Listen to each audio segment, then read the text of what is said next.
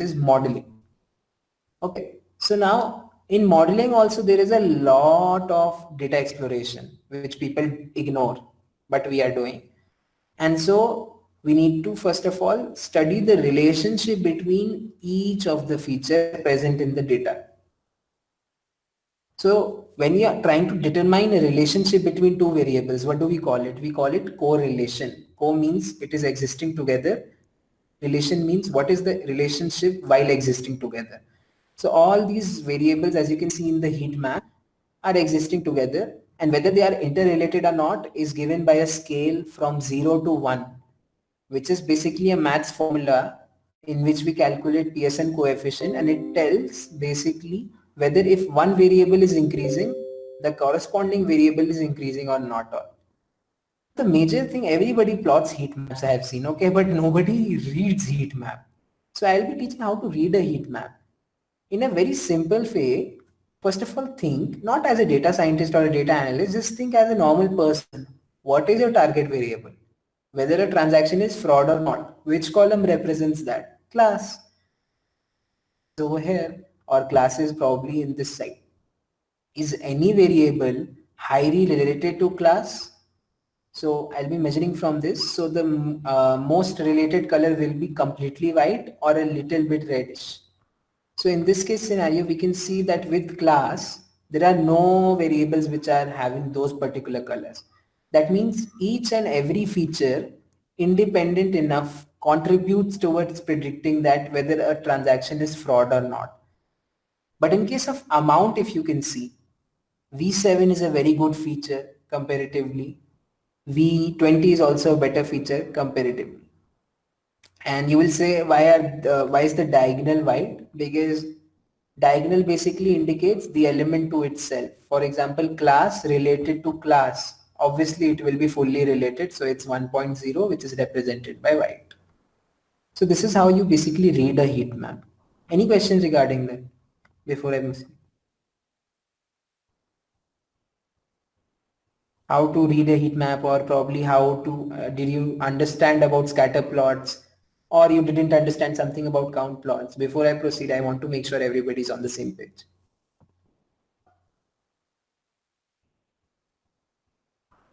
Okay, cool. I'll move on then. The question is, can you go over amount line again? Yeah, sure. So as I already said, as a normal person, you just want to be entertained by the correlations with your major target variable. But just to identify, there are some other relations present in the data set also.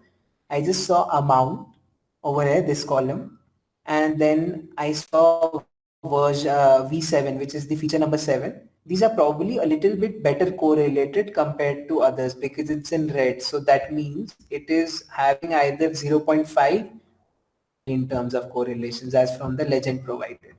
So amount with V7 and V20 has a very good correlation. So for example, if I am a real-time data engineer and I really want to explore the data more, I will be focusing on getting a very good relationship between amount V7 and V20, and then combining these three variables actually to make a new variable that can give a better prediction of class. That is something called feature engineering. I would love to take a session on it. It's my favorite part out of entire part in machine learning, but not in today's session. So I hope that really clears the doubt. So the next thing which we'll be talking about is making data. So when we are talking about data, what is our aim as a general person? Forget about machine learning and all. As a general person, what is my aim if I'm making a program only? Learning, my aim would be that if some new data comes up, it should be able to handle that very nicely. And if the normal data is also coming, that should be definitely handled nicely. So how do we evaluate a student in a class? Very similar to that. So a student in a class has to submit all assignments, and these days in the lockdown, everybody is copying all the assignments and submitting it. So it should give 100 marks. But at the same time, the student has to perform very well in the test on the unseen questions and should ideally get 100 marks in that also, right?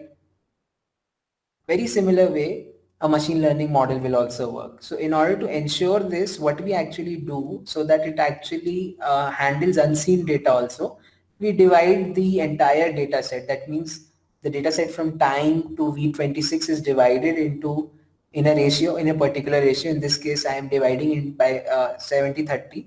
So training data 70 and test data 30. So test data basically refers to the unseen data, which the machine learning model won't be training on. And the training data, as the name suggests, is the data on which the machine learning model trains on. So there is already a predefined function in Splunk called train test split, which takes your entire data in terms of arrays and it splits it into a train set, a test set for each of it. Now it is very important for you to keep your features and target variables separate. Okay, so that's the reason in the data preparation when we started, we had to first of all identify what is our target variable. So our target variable was class. So in that case, we need to keep our target variables as a separate column itself. And we need to keep everything except the class. So we drop the class variable from our input data set, as you can see, and include everything else. Now we divide that in a test size of 0.3. So that means in a ratio of 30:70. That means 70 for the training and 30 for testing. And also, yes, I have switched on the stratify option also.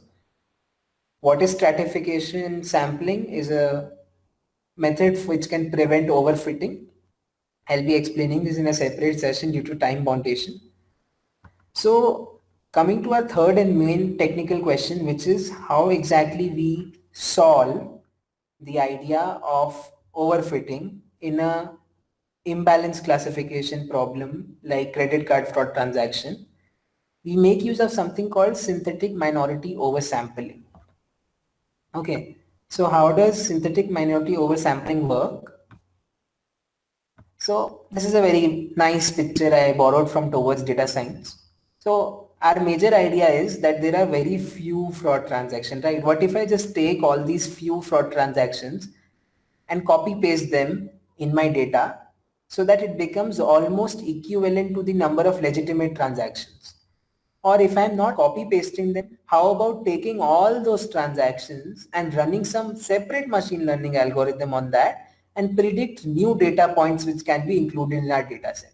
The basic idea is when we are running a model, the model should be able to generalize very well. And how it will be able to generalize between fraud and not fraud transactions is by actually telling that there are equal number of fraud and not fraud transactions as input data, so that the probability of whether a given transaction is a fraud or not fraud increases for each of the class and it is not biased towards the majoritarian class.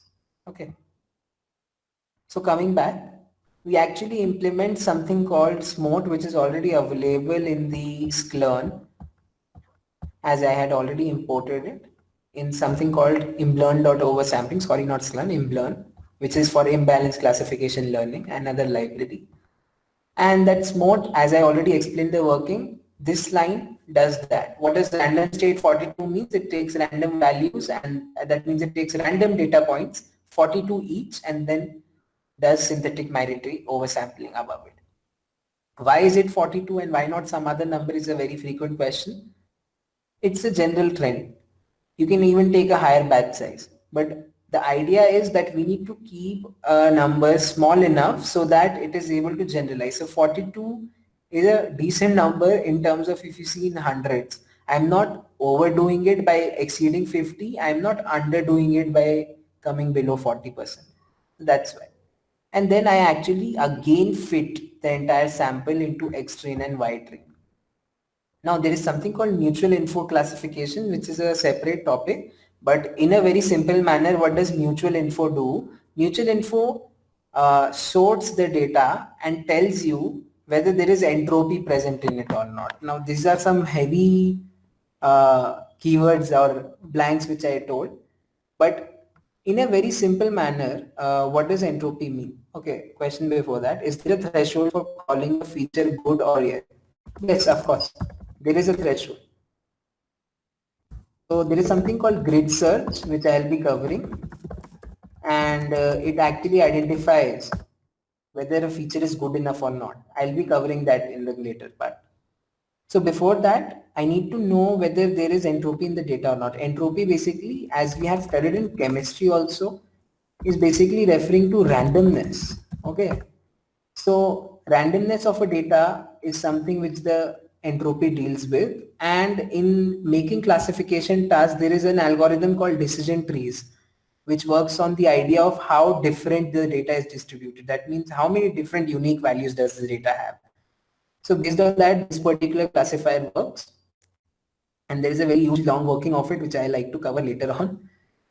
And before that, the main idea after doing SMOT is we need to make sure by again using count plot, that's why I made a function of it, to check whether the number of fraud transactions and not fraud transactions are equal. So now when we actually run this, we already see, I have already ran the cell for you people. You can see the number of fraud transaction and the number of non-fraud transactions are equal. Okay, so this is the reason we made use of synthetic minority oversampling. And from the mutual classification, we can actually see which feature is contributing more towards the target variable. Why? Because a more random feature distributed is a more independent feature. When two features are highly correlated, that means if something is increasing, another thing is also increasing along with it, the chances of those two features contributing to the same class is equal. Right. For example, if I say apple is red in color and apple is maroon in color, the probability of both is more than 0.8. So even if I just drop the idea of apple is maroon in color and just take the single case of apple is red in color, that is also going to stand, and it won't really affect the very idea that the object kept is apple, right? So on a very similar note, we actually make use of this data and find the correlations and entropy, the randomness through it. And mutual info classifier actually combines both of these formula into something called a gain ratio, which again is a decision tree algorithm based thing. So the main idea behind using that was not to make a machine learning model, but rather to know which features are more important. And I hope that answers the question. So from that, we can actually easily note down that V14, V10, V4, V12, and V17 are really important features which we need to deal with. Now comes the fun part. And this probably is the code which might sound intimidating to you people, but actually viewed as intimidating by people, but is the crux, and it is very easy to go through. And I'll be actually guiding through the entire thing. Now the idea is, how do we evaluate whether our model is performing nicely or not? This is a very subjective question, and we really need to address this. Why? Because sometimes people come to me and say, especially beginners, they would feel that my model is 99% accurate, they would say, and then therefore this is the best model in the life I have seen. And when they actually deploy it in real time on data, sad life, it fails. So the idea is not to get an evaluation score of 99%. The idea of this entire problem is to answer those three questions which I shared. That's why asking question is a very important art in data science. And those three questions which I shared, if you are able to answer that, irrespective whether you have 50% accuracy or 100% accuracy, the organization doesn't give a duck about it, right? So that's sensible. So, so the main idea is we need to evaluate and present our model in terms of a good evaluation metric apart from accuracy, which is relevant enough for our entire modus operandi. So we made two evaluation functions. I made custom evaluation functions with predefined functions inside of it, so that I don't have to call this again and again as usual. So I made use of something called classification report, EUC ROC, F1 score, and accuracy. And also I am answering, whose question was that? Avikant's question, that whether a feature is called a good feature or not. Intentionally I have used grid search, which as you can see gives something called a best score, which means whether this feature is best or not, and best params also, which identifies that yes, this particular feature is the best parameter in an entire model. So I'll be explaining the code first, and then I'll also go and explain what exactly each of these evaluation metrics do or how they are calculated. I'll be explaining that also, don't worry. For now, just bear with me a little bit. So as I said and promised, I'll be making pipelines for each of the algorithm. A pipeline doesn't mean a complete application. It simply means that we automate the process of normalization, applying an algorithm and probably identifying really good parameters in it in a single terms. So what I meant by that is that each algorithm has different set of hyperparameters. When we are talking about hyperparameter, probably when we are doing decision trees, if you are, now this something goes into intermediate part, I'm sorry to the beginners, but I'm catering to both set of audiences. So in those terms, if there is something called hyperparameter which is different for each and every model. For example, in case of SGD classifier, we have something called L1 regularization, L2 regularization as a parameter. For random forest, you might have something as number of estimators, n estimators as we say. For KNN or K nearest neighbor, you might have something called nearest neighbors, n neighbors, right? So each of these sets are called hyperparameters and they are used to determine how well our model is doing. In fact, by tuning the values of these parameters is something which we obtain a better model. Now, for the beginners, this might sound very vague, but in a very simplistic term, if I explain what do you mean by hyperparameter, basic mathematical values when you are fetching, giving it to a machine learning model, what values should you give so that your model performs really well? That is the idea. That is the end goal of machine learning. Our goal is not to classify the labels properly. In fact, that is the goal. Apart from that, our goal is to ensure what leads to that goal in an efficient manner. So that leading to that goal, that working part in it is called hyperparameter tuning. And these are the different hyperparameters as you can see. So there is something called loss functions. Loss function means basically that how many mistakes my model is making while identifying new data. So for example, if I'm making mistake, I'm making the mistake of identifying fraud transaction as legitimate transaction. My model needs to know and work on that, right? That's how a basic learning technique for a baby also works. So my model will learn their mistake and then they will try to overcome those mistakes by iterating it again and again through that. So for that, something called model loss, which is hinge type. What is hinge type again? We'll try to explain in some other session. We are running, I think we already ran out of time, but I'll try to finish it off quick. And each of these parameters are given to you, model parameters, and all of this is passed into the pipeline. Okay, for 1,000 iterations, as you can see in this case.